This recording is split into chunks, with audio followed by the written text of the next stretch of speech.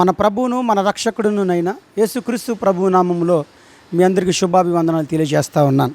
ఆదికాండము 35వ అధ్యాయము 5వ వచనం చూసినట్లయితే, వారు ప్రయాణమైపోయినప్పుడు దేవుని భయము వారి చుట్టూ ఉన్న పట్టణముల మీద ఉండెను గనుక వారు యాకోబు కుమారులను తరమలేదు. చూడండి ప్రియ దేవుని బిడ్డలారా, యాకోబు కుమారులు ఒక పట్టణానికి వచ్చారు. ఆ పట్టణానికి వచ్చిన తర్వాత యాకోబు కుమార్తెను హామోరు కుమారుడు మోహించి ఆమెను చెరిపినట్టుగా కనబడతా ఉంది. ఆ తర్వాత వారు అన్నలందరూ కూడా కుయుక్తితో వారు చెప్పినటువంటి సమాధానం మీ అందరికీ తెలుసు. కాబట్టి ఇక్కడ ఇశ్రాయేలు కుమారులు అనగా యాకోబు కుమారులు ఇద్దరు షిమ్యోను లేవి వెళ్ళి ఆ పట్టణం అంతా కూడా ధ్వంసం చేసి వారందరూ కూడా చంపేసినట్టుగా కనబడతా ఉంది. అయితే వారు వెళ్ళిపోయేటప్పుడు ఆ చుట్టుపక్కల ఉన్న జనాలందరూ కూడా ఇశ్రాయేలు యొక్క సమస్య యొక్క వంశం అందరినీ, వారి యొక్క కుమారులందరినీ కూడా చంపాలని చెప్పి చూసినప్పుడు దేవుని భయము వారిని అందరినీ కూడా ఆటంకపరిచిందంట. అంటే దేవుడు కాపుదల ఇశ్రాయేలు కుటుంబం మొత్తానికి ఉంది కనుక వాళ్ళందరూ కూడా చూసే జనాలు వెళ్ళొద్దు, వాళ్ళకి దేవుడు తోడై ఉన్నాడు, ఇప్పుడు వాళ్ళు మనం ఢీ కొట్టలేం అని అక్కడ ఉన్నటువంటి చుట్టుపక్కల జనులందరూ కూడా గ్రహించి వారిని తరమలేదు అని రాయబడింది. చూడండి ఇప్పుడు దేవుని బిడ్డలారా, ఈరోజు మనం సజీవంగా బ్రతుకుతున్నామంటే దేవుని కాపుదల.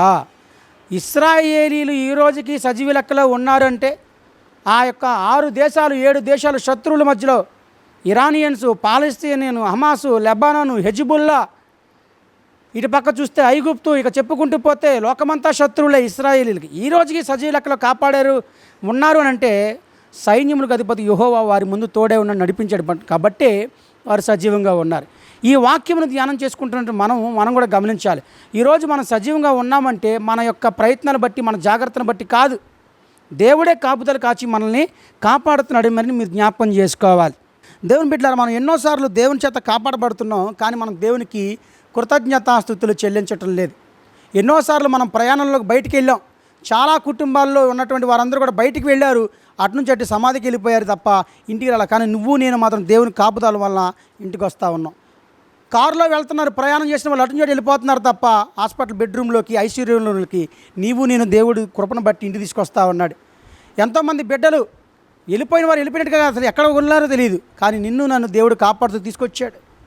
ఆనాడు ఇశ్రాయేలును కాపాడిన దేవుడు నిన్ను నన్ను కాపాడుతున్నాడు. కానీ ఆయనకి ఈ రోజుకి కూడా మనం కృతజ్ఞతాపూర్వకంగా ఏనాడు కూడా ఆయనకి థ్యాంక్స్ గివింగ్ చేసినట్టుగా కూడా ఎక్కడ కూడా కనబట్ల. కాబట్టి అది మంచిది కాదు ప్రియ దేవుని బిడ్డలారా. దేవునికి మనం ఎల్లప్పుడూ కృతజ్ఞతలు చెల్లించాలి. వెళ్ళేటప్పుడు, వచ్చేటప్పుడు, నీవు ఉద్యోగంలో చేసేటప్పుడు, వ్యాపారం చేసేటప్పుడు, నీ ప్రయాణాలు చేసేటప్పుడు, నీ ఆహారం తింటున్నప్పుడు, అన్ని విషయాల్లో కూడా నువ్వు కృతజ్ఞత కలిగి ఉండగలిగితేనే దేవుడు నీ కృతజ్ఞతలను బట్టి ఇంకనూ నీ ఎడల అద్భుతమైన కార్యాలు చేయడానికి ఆయన ఇష్టపడతాడు. కాబట్టి గమనించమని నేను ఆయన సేవకుడిగా తెలియజేస్తూ ఉన్నాను. దేవుడు కాపాడకపోతే మనం నిలబడటం కష్టం. ఆ దినాల్లో పౌలు గారిని కూడా చాలా చక్కగా కాపాడినట్టుగా కనబడుతుంది. సహోదరులారా, ఆసియాలో మాకు తటస్థించిన శ్రమను గురించి మీకు తెలియకుండా మాకు ఇష్టం లేదు. మేము బ్రతుకుతామన్న నమ్మకం లేక ఉండినట్లుగా మా శక్తికి మించిన అత్యధిక భారం వలన కృంగిపోతిమి. మృతులను రేపు దేవుని అందే కానీ మా యందు మేము నమ్మకం ఉంచలేదు అని అన్నాడు. సో పౌలు గారు ఎట్లా బ్రతికారు అని అంటే, దేవుడే నీ తల వెంట్రుకలన్నీ లెక్కింపబడి ఉన్నవి, 2 పిచ్చుకలు ఒక కాసుకు అమ్మబడిను కదా, నీ పరలోకంలో నీ తండ్రి సెలవు లేకుండా అవి ఒకటే నేలన పడదు అని అన్నాడు. ఈరోజు దేవుడు నిన్ను ఎంతగానో కాపాడుతూ వస్తూ ఉన్నాడు. ఇశ్రాయేల్ని కాపాడుతున్నాడు, నిన్ను కాపాడుతున్నాడు. ప్రయాణాల్లోనూ ఎన్నో మార్గాల్లో చాలామంది హాస్పిటల్లో ఉన్నారు ఆక్సిజన్ మీద, నువ్వు మాత్రం చక్కగా స్వచ్ఛమైనటువంటి గాలిని పీల్చుకుంటూ ఉన్నావు. అయినా నువ్వు దేవునికి కృతజ్ఞతలు చెల్లించట్లేదు.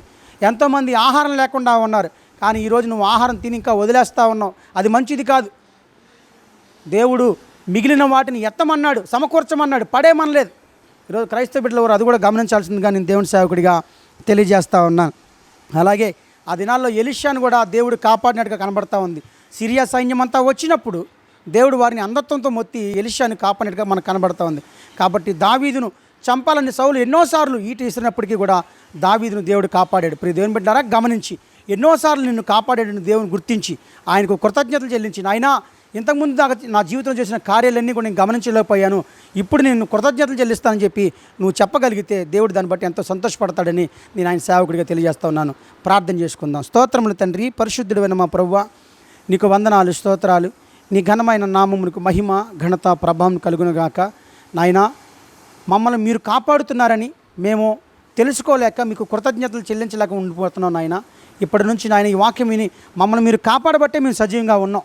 ఎంతోమంది హాస్పిటల్లో ఉన్నారయ్యా, ఎంతోమంది మార్చురీ రూమ్లోకి వెళ్ళిపోయారయ్యా, మేము మాత్రం సజీవ లెక్కలో కాపాడబడ్డామంటే అది కేవలం నీ కృప చేతనే అని మేము తెలుసుకొని మీకు కృతజ్ఞతాస్తుతులు చెల్లిస్తూ విత్తబడిన వాక్యం వారి హృదయలో భద్రపరిచి ప్రతి పనిలోను, చేసే వ్యాపారాలను, ఉద్యోగాలను, వెళుతున్న ప్రయాణంలోను నీకు కృతజ్ఞతలు చెల్లించేవారుగా వారు ఉండాలని ఈ వాక్యము వారి హృదయ కార్యసిద్ధి కలజేయడం ప్రార్థన చేస్తూ, అనారోగ్యాన్ని స్వస్థపరచండి అయ్యా, ఉద్యోగాలు లేని వారికి ఉద్యోగాలు దయచేయండి, వ్యాపారాలు సరిగ్గా సాగిన వారి వ్యాపారాలు సరిగ్గా కొనసాగించండి, అలాగే బిడ్డల యొక్క చదువుల కొరకు, వారి ప్రయాణాల కొరకు, అన్ని విషయాల కొరకు వారిని ఆశీర్వదించమని మా తండ్రి అయిన దేవునికి, మా ప్రభు అయిన యేసుక్రీస్తు నామమున ప్రార్థించి వేడుకుంటున్నాము తండ్రి.